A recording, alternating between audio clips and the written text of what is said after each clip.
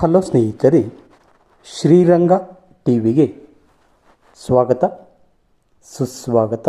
ಸ್ನೇಹಿತರೆ, ನಮ್ಮ ಶ್ರೀರಂಗ ಟಿವಿಯನ್ನು ಸಬ್ಸ್ಕ್ರೈಬ್ ಮಾಡಿ. ಸ್ನೇಹಿತರೆ, ಈ ದಿನ ರಾಮಾವತಾರ ಕಥೆಯಲ್ಲಿ ರಾವಣ ದಿಗ್ವಿಜಯ, ಲಂಕಾ ಪಟ್ಟಣದ ಇತಿಹಾಸದ ಬಗ್ಗೆ ನಾವು ತಿಳಿದುಕೊಳ್ಳೋಣ. ಹಿಂದೆ ಸುಕೇಶನೆಂಬ ರಾಕ್ಷಸನ ಮಕ್ಕಳಾದ ಮಾಲಿ, ಮೌಲ್ಯವಂತ ಮತ್ತು ಸುಮಾಲಿ ಎಂಬುವರು ದಕ್ಷಿಣ ಸಮುದ್ರದಲ್ಲಿ 3 ಪರ್ವತಗಳ ನಡುವಿನ ಸುಂದರ ಪ್ರದೇಶದಲ್ಲಿ ನಗರವನ್ನು ನಿರ್ಮಿಸಿಕೊಂಡಿದ್ದರು. ಅಮರಾವತಿಗಿಂತಲೂ ಅಂದವಾದ ಈ ಪಟ್ಟಣವು ಸ್ವರ್ಣಲಂಕೆ ಎಂದು ಹೆಸರು ಪಡೆದಿತ್ತು. ಬ್ರಹ್ಮ ಮಾನಸ ಪುತ್ರರಾದ ಪುಲಸ್ತ್ಯರ ಮಗನಾದ ವಿಶ್ರವಸ್ ಶ್ರೇಷ್ಠ ಮುನಿಯಾಗಿದ್ದನು. ವಿಶ್ರವಸ್ಸಿನ ಮಗ ವೈಶ್ರವಣ ಅಥವಾ ಕುಬೇರನು ಬ್ರಹ್ಮದೇವನನ್ನು ಕುರಿತು ತಪಸ್ಸನ್ನು ಆಚರಿಸಿ 4 ವರಗಳನ್ನು ಪಡೆದದ್ದಲ್ಲದೆ ಉತ್ತರ ದಿಕ್ಕಿನ ಅಧಿಪಾಲಕನಾದನು.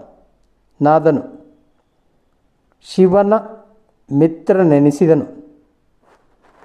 ದನದ ಒಡೆಯನಾದನು ಮತ್ತು ಪುಷ್ಪಕ ವಿಮಾನವನ್ನು ಸಹ ಪಡೆದನು. ಕುಬೇರನು ವಿಶ್ರವಸ್ಸಿನ ಬಳಿಗೆ ಬಂದು ತಾನು ವಾಸವಾಗಿರಲು ಒಂದು ಉತ್ತಮ ಸ್ಥಾನ ಬೇಕೆಂದು ಕೇಳಿದನು. ಆ ಸಮಯದಲ್ಲಿ ದೇವ ದಾನವರಲ್ಲಿ ಯುದ್ಧವಾದಾಗ ಶ್ರೀಹರಿಯು ಅನೇಕ ರಾಕ್ಷಸರನ್ನು ಕೊಂದ ಭಯದಿಂದ ಸುಮಾಲಿ ಪಾತಾಳಕ್ಕೆ ಹೋಗಿದ್ದನು. ಲಂಕಾ ಪಟ್ಟಣವು ಜನರಿಲ್ಲದ ಪ್ರದೇಶವಾಗಿತ್ತು. ಹೀಗೆ ಕುಬೇರನು ಲಂಕಾ ಪಟ್ಟಣಕ್ಕೆ ಬಂದು ಸಂತೋಷದಿಂದ ವಾಸವಾಗಿದ್ದನು. ಒಮ್ಮೆ ಸುಮಾಲಿಯು ತನ್ನ ಮಗಳಾದ ಕೈಕಸೆಯೊಂದಿಗೆ ಭೂ ಸಂಚಾರ ಮಾಡುತ್ತಾ ಬಂದಾಗ ತಮ್ಮ ಲಂಕೆಯಲ್ಲಿ ಯಾರೋ ಬೇರೆಯವರಿರುವುದನ್ನು ತಿಳಿದನು.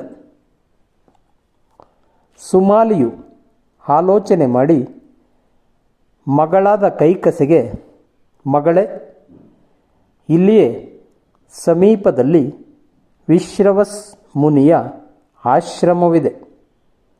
ನೀನು ಆತನನ್ನು ವರಿಸಿದರೆ ಸಂತಾನವನ್ನು ಪಡೆದು ಇಲ್ಲಿಯೇ ನಾವು ಸುಖವಾಗಿರಬಹುದು ಎಂದು ಹೇಳಿದನು.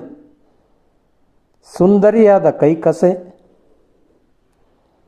ಸಾಯಂಕಾಲದ ಸಮಯದಲ್ಲಿ ಪ್ರೀತಿಯನ್ನು ಬಯಸಿ ವಿಶ್ರವಸ್ ಮುನಿಯ ಎದುರಿಗೆ ನಿಂತಳು.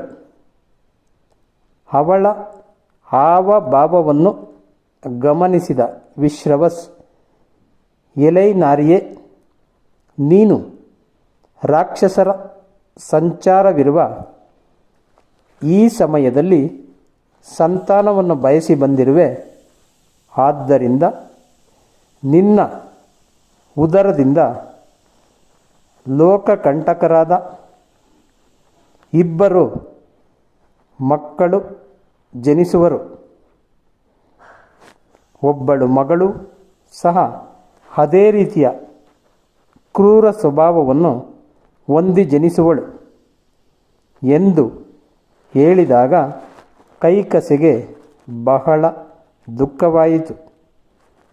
ಅವಳು ಕಣ್ಣೀರು ಸುರಿಸುತ್ತಾ ಇರುವಾಗ ಕರುಣಾಳು ವಿಶ್ರವಸ್ ಮುನಿ, ಎಲೈ ಸುಂದರಿಯೇ, ಚಿಂತಿಸಬೇಡ, ಒಳ್ಳೆಯ ಗುಣಗಳನ್ನು ಹೊಂದಿದ ದೈವಭಕ್ತನಾದ ಇನ್ನೂ ಒಬ್ಬ ಮಗನನ್ನು ಸಹ ನೀನು ಪಡೆಯುವೆ ಎಂದು ತಿಳಿಸಿದಾಗ ಅವಳು ಸಂತೋಷದಿಂದ ತಂದೆ ಸುಮಾಲಿ ಇದ್ದಲ್ಲಿಗೆ ಬಂದಳು.